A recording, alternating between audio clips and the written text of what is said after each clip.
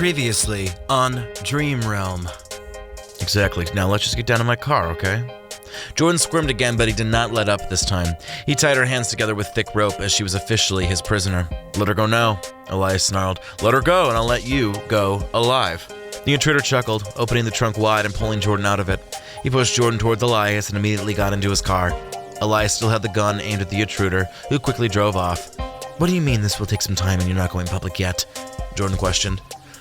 It will take some time to investigate this dark realm, and we're not going to be going public. I think that states itself with the explanation. He thinks it'll cost more to address the problem aggressively than passively.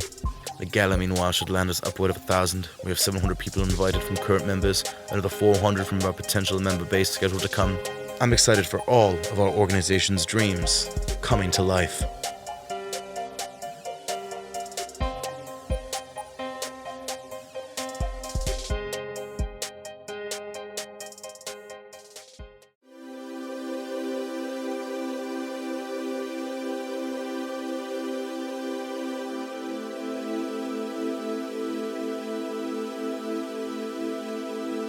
You're listening to episode 16, to the audiobook/podcast project, Dream Realm. Voiced, written, and produced by me, Matt Rebar. Part 6, Chapter 6. The Regal Urbana Hotel flashed with decadent lights, which drew all the eyes and applause of those spectating. The building was large, with the width of 2 football fields and the height of over 80 floors. It was covered in gold trim and windows made out of sapphire. The building was made with sheer glass, the kind which allowed for the clients to see the view from their window, but made it impossible to truly peek through. Known for its opulence, many Dream Realm major events were held within the Regal Urbana Hotel's floors of ballrooms and event halls. Exhibitions, conferences, reunions, and meetings graced the inside, which was painted in soft colors like mint and lilac, doors etched with ruby trim, and bathrooms made with pearl-encrusted granite. Those who visited did not easily forget the most royal and regal hotel which they had ever gotten the fortune to lay their hands on. The entire second floor had been reserved for the Dark Realm, including all the smaller rooms which served no purpose. Early on in the night, all of the key members were present upon the second floor. King was in the main ballroom along with Lights. The two were confirming that the presentations were ready to go. Marzipan was setting up the sign-up systems through the computers, while Magenta was setting up the registration and entrance table. Toe, meanwhile, had decided to add some decorations of splendor while enjoying himself one of the self-serving bars. Everything looks splendid, King smiled, turning to Lights. How do you feel? I feel rather well, Lights lied. Internally, Lights felt like something was wrong, although he wasn't sure what it was. He had always had a weird ability to foresee possible danger, and while he couldn't pinpoint what the eventual problem was going to be, Lights felt queasy and unsure that tonight would be successful. Good. I feel well, too. King smiled, turning from Lights and heading out to go check on the others' progress in the small ballrooms, which would each be decorated with a different theme. Had King not been wrapped up in his work, he might have noticed Lights' hesitation, and thus lies. King might have agreed with Lights and realized that something did feel sour in the air. But instead, King was too focused to realize his own employee might feel unconfident about the night air. The main ballroom was decorated with sheets of blue and green fabric, which mimicked some kind of lost paradise. While Lights continued to stare around the room and fine-tune the decorations with his mind, Marzipan approached. The second-floor windows were flooded with fluorescent and neon light from the Urbana streets below. Both men couldn't individually people-watch at the moment, although they desired to. Most of the organization was filled with the kind of people who enjoyed watching other people, all except for Marzipan, who was testing out the tablet he held before making another couple hundred and leaving them upon tables. Do you have any vibes about tonight? Lights questioned to Marzipan, which caused the man to hum softly for a second. No? Am I supposed to? No, if anything, you shouldn't. But I don't. Do you? I can't help but feel a little, distressed. Why? I sometimes experience feelings of doubt regarding events or days. I remember the day of my sister's death, the day of the bombing down the street at a church by a local extremist, the day I was fired. They all started out with the same pit in my stomach, the same tremor in my throat almost. My confidence was gone about the day. My demeanor had changed, even without my desire, the news. But that was in the real world. Perhaps your feelings are different because we're in the dream realm. Marzipan shrugged. You think? If anything, my feelings would remain the same. You could be nervous considering this is an important event. I haven't been nervous, and I'm not nervous for making this event happen, Lights explained. I'm nervous that something is going to happen. We took all the precautions we needed. There's nothing we missed. Then why do I feel this way? I don't know, I hope you get over it soon. Marzipan shrugged, closing his eyes for a second and dreaming to life hundreds of tablets which gently floated down upon the ceiling to the tables below. Marzipan walked out of the room with no other reassuring statement to say. Lights, instead, sighed and let out a deep breath. He knew he would continue to feel like shit until something happened. Whatever it was that would happen would remain a mystery to him. Instead, Lights created the plates, the plate covers, the bowls, and the salad for the tables. The 3 small ballrooms had each been decorated with an unofficial theme in mind. Toe had turned his responsibility into a ballroom with fire elements upon the walls and ceilings. The lighting was dimmed as streaks and lamps of red, orange, and yellow bounced around the room. The open bar was large and stacked properly, as it was in the other 2 rooms as well. All 3 small ballrooms and main ballroom were soundtracked with peaceful electro jazz, which was both noticeable but unnoticeable at the same time. Magenta's room was decorated with splashes of purple and gray, a rather darker room than its fire predecessor. The room's unofficial theme was royalty, as armor mesh covered the ceiling, Excalibur tucked away in the pockets of the mesh to add heavy visuals. Lights walked over to the 3rd room, which he was responsible for, and decided to splash it half with gold and half with obsidian. He created wisps of clouds which hovered around the gold half, while using the ceiling space to create small orbs of light to mimic stars. In the middle of the room were planetary orbs, which spun in circles within the middle of the room. All the circles were spinning at the same speed, and completing their orbits at different times. This looks beautiful, Toe chuckled as he walked into the 3rd small ballroom. The windowless segment of the room looked practically perfect, a large bar and hors d'oeuvres ready. Thank you, Light smiled as he turned to his colleague. He debated telling Toe about his feeling, but decided against it, considering that Marzipan was rather closed off to the idea. Instead, Lights put on a fake smile. Can't wait to start the night.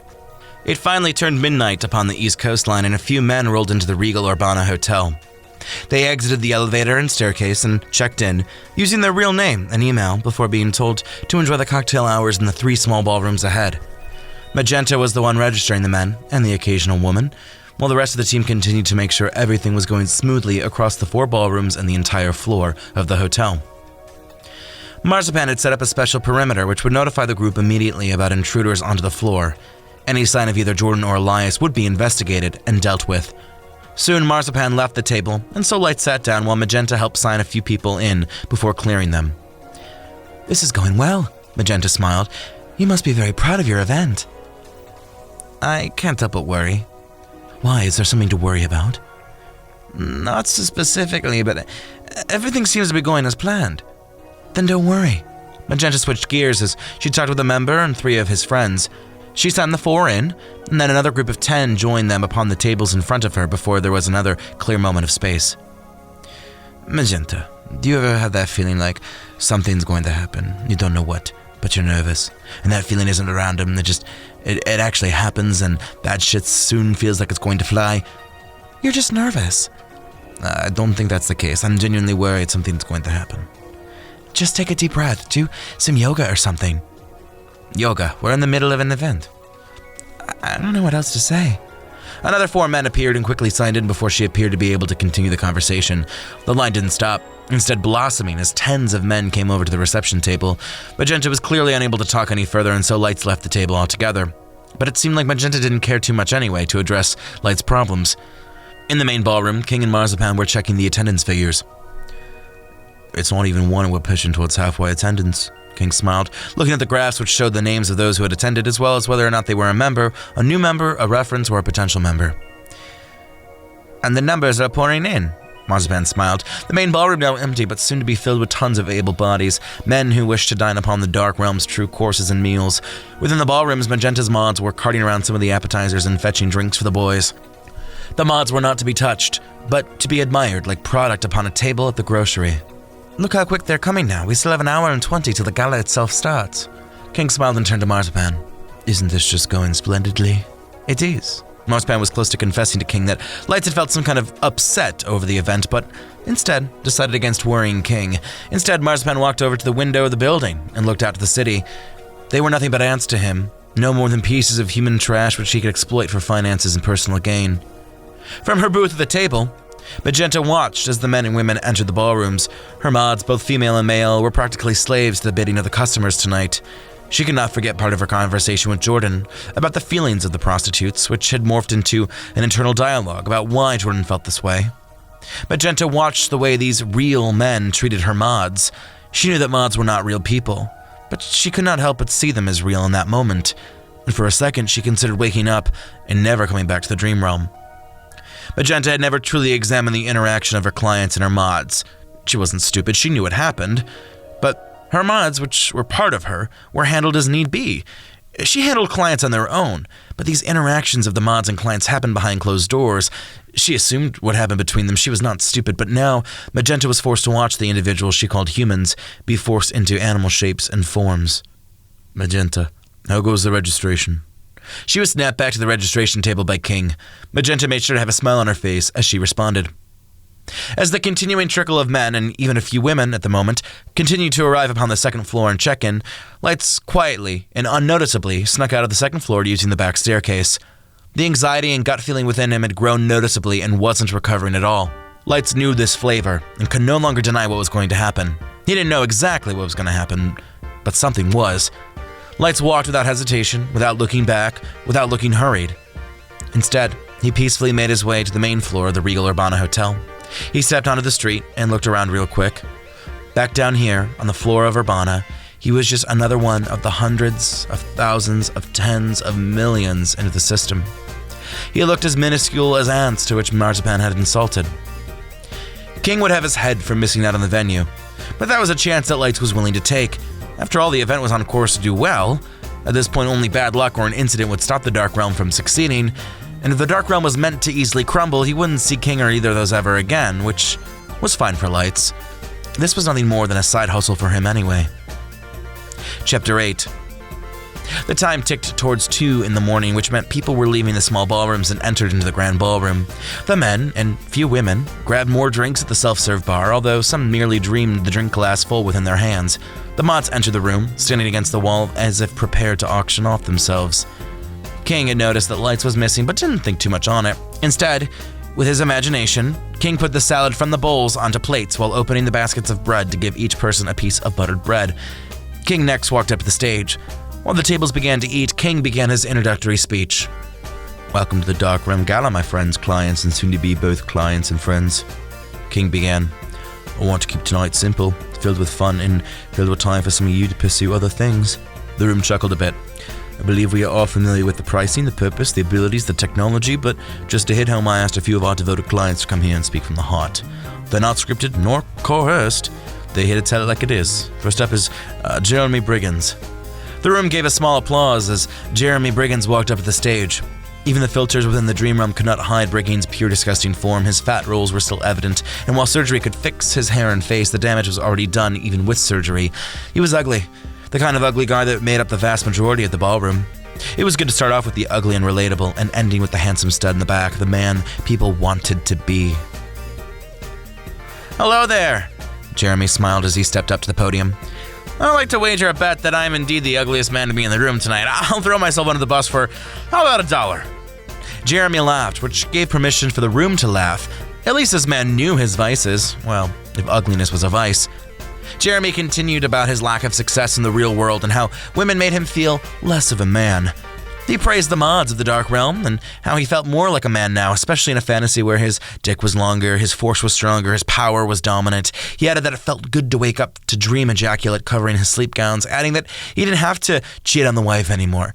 It was easy, the poon was unlimited. There was less dangers here than dealing with the normal sex workers or random girls in the real world. Best of all, no pregnancies, blackmails, no STIs. There was more sexual exploration, nothing to be ashamed of, more kinks, anything you can imagine, no real-life consequences.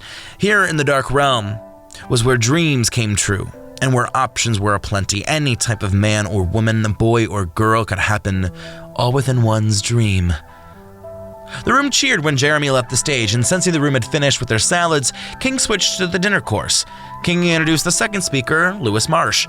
Marsh, a British man, felt similar to Jeremy. He told about his sexual conquests, turning maidens into sluts, turning tricks into parlor tricks, the amount of nuts he performed within the dream realm. He highlighted Gate and the Venus, highlighted the various mods as well as the customer service to the Dark Realm. He believed it was a must for anyone who wanted an elevated experience. Within the two speeches, not a word was mentioned about rape or pedophilia. The people who wished to rape others or rape children knew they could do so. To soil the taste of others within the room by mentioning such negative words would do harm. Indeed, Lewis himself had a fondness for young, hairless boys, although didn't feel the need to mention the boys usually were under 14. And finally, after the second speech was over, King imagined dessert trays, extra plates, and forks upon the tables, while walking up to introduce the third and final testimony, George Lee, a rather young, attractive Asian man who worked in real estate. Similar to the other two, George did not mention that he preyed on girls at clubs and raped half of them in the process. But George did mention the other high joys of their organization. And finally, King closed out the night with his plan of keeping it simple. On your table tonight are tablets. To sign up for the Dark Realm, we ask that you provide an email, which will take you to our secret website online. There you can type in the name of your Dream Mask ID code, as well as give payment. The quicker you sign up, the quicker you will be processed. During King's wrap-up speech and the passing of cheesecake and tiramisu, along with the signing up of hundreds upon the spot, Marzipan's small tablet began cooing a soft beat. Unsure of what it meant, he opened the tablet to realize that his security code had been breached. Marzipan immediately stood up, while both Magenta and Toe, who had been sitting with Marzipan at a table in the front, turned to Marzipan. Marzipan ignored the two and immediately made his way to the back of the room, but Marzipan's semi-chill manner did not stop the doors to the ballroom from opening to reveal both Jordyn and Elias, who strolled into the room. King, who had been persuading the room in a rather casual manner, immediately stopped. His bleached face stared dead ahead, wondering what the two were up to.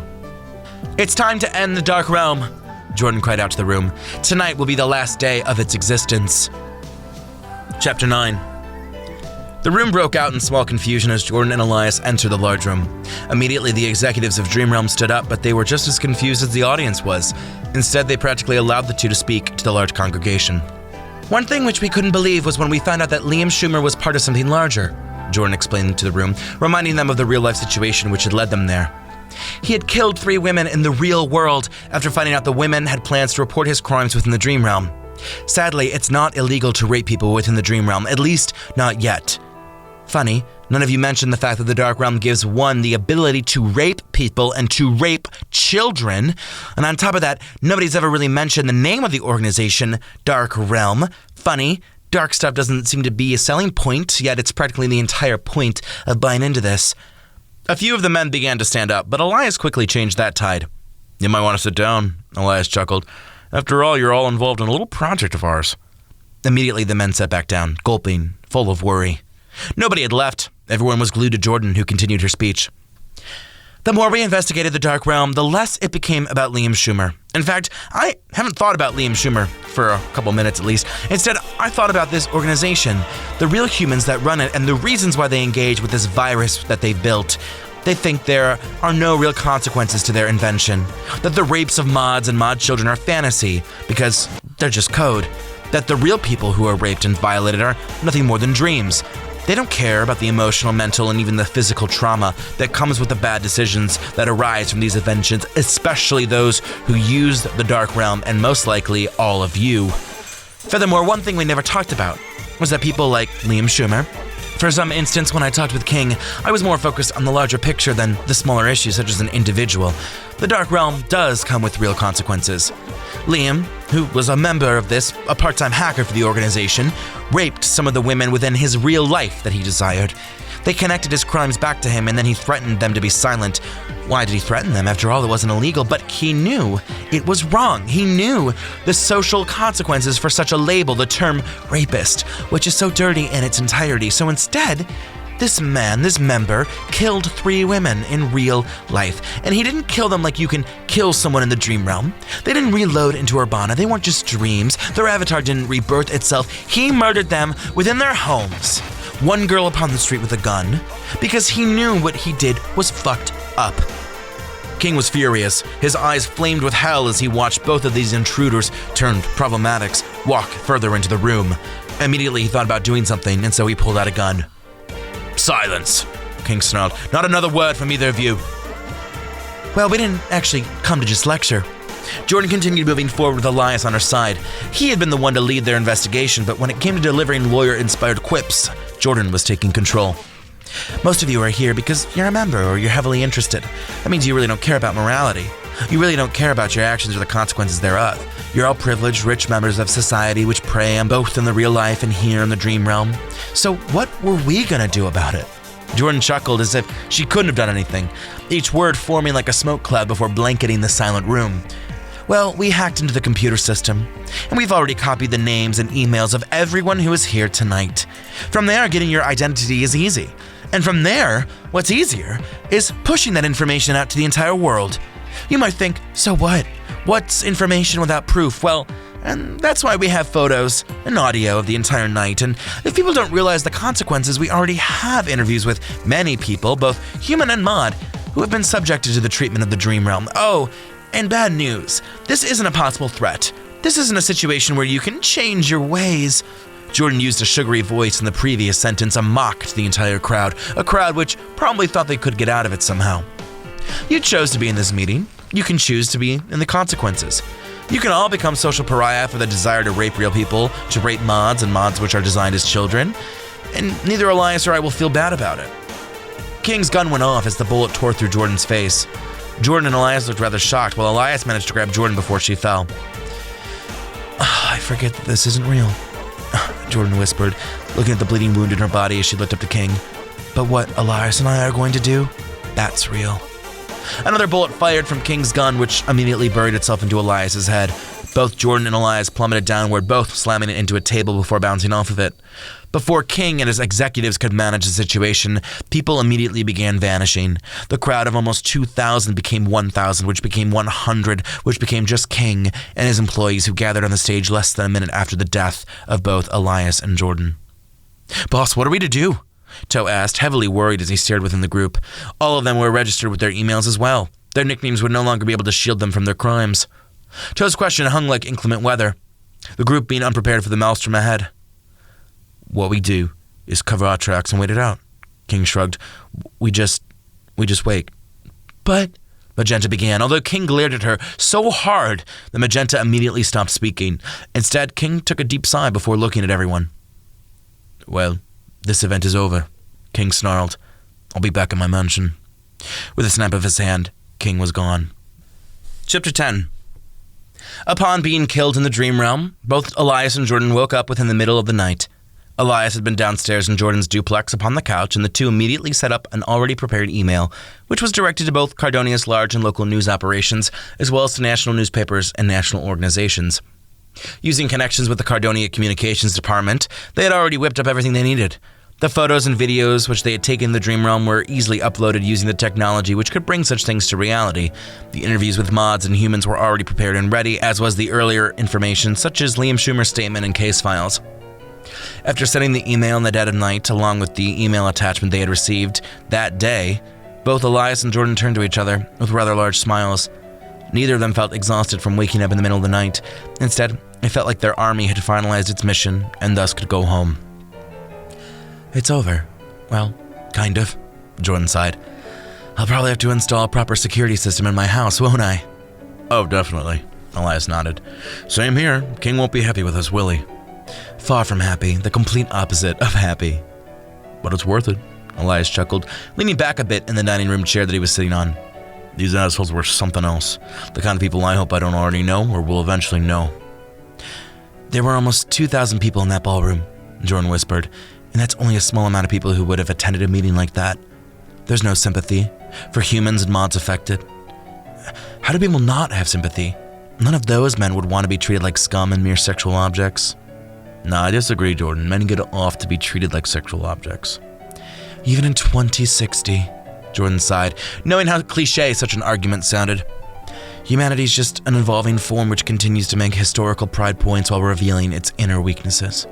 The only difference between 2060 and the rest of the ages is that technology and advancements make things more possible. It opens doors. So nothing's secret anymore, nothing's sacred really either. Jordyn took a large sigh as she stood up and moved to her kitchen. I'm gonna have a cup of tea and try and forget about all the horrific stuff happening in the world.